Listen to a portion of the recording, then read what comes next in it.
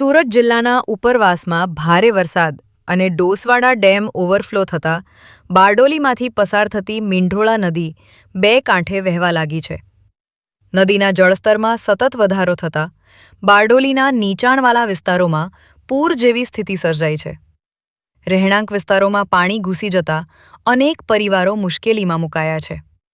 Fire brigade, police અને સ્થાનિક તંત્ર દ્વારા યુદ્ધના ધોરણે બચાવ અને રાહત કામગીરી હાથ ધરવામાં આવી છે. ઉપરવાસમાં સતત વરસી રહેલા ભારે વરસાદ અને ડોસવાડા ડેમમાંથી વધતા પાણીના પ્રવાહના કારણે મીંઢોળા નદીનું જળસ્તર ઝડપથી વધ્યું છે, જેના પરિણામે બારડોલીના સિવિલ કોર્ટ નજીકના ખાડા વિસ્તારમાં પાણી ઘૂસી જતા અંદાજે 35થી 40 ઘરો પ્રભાવિત થયા છે. પરિસ્થિતિને ધ્યાનમાં રાખી ફાયર બ્રિગેડ, પોલીસ અને સ્થાનિક વહીવટીતંત્ર દ્વારા સંયુક્ત બચાવ કામગીરી શરૂ કરવામાં આવી છે. પ્રભાવિત પરિવારોને સુરક્ષિત સ્થળોએ ખસેડવામાં આવી રહ્યા છે.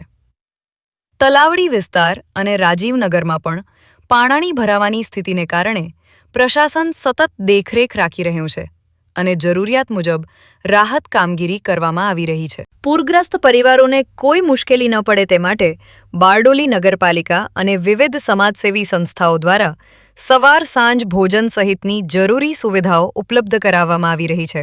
બારડોલી નગરપાલિકા પ્રમુખ આજ રોજ મીંઢોળા નદીમાં પાણીનો પ્રવાહ વધવાથી સિવિલ કોર્ટના ખાડામાં ઘણું પાણી ભરાઈ જવાથી 35થી 40 ઘરોને રેસ્ક્યુ કરવામાં આવ્યા છે અને અમારી સાથે પોલીસની આખી ટીમ અને ફાયરની ટીમ સાથે અમારા સ્થાનિક કોર્પોરેટર કાસમભાઈ, શૈલેષભાઈ અને કલ્પનાબેન અને અહીંના તમામ લોકો સાથે અમે ઘણા લોકોને બહાર કાઢવાનો પ્રયત્ન કરી રહ્યા છીએ અને એમને જમવાની વ્યવસ્થા પણ આજ રોજ અમે સવાર અને સાંજ કરી રહ્યા છીએ.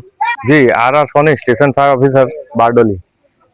જી, આજ રોજ મીંઢોળા નદીમાં ઉપરવાસમાં વરસાદને કારણે લેવલ વધતા આપણે કોર્ટની સામેના વિસ્તારમાં આપણે 25થી 30 ફેમિલીને રેસ્ક્યુ કર્યા છે તથા ત્યાંના જે રહેવાસી છે તેમને સૂચના આપી છે. તાત્કાલિક ધોરણે સલામત સ્થળે ખસવાની સૂચના આપેલ છે.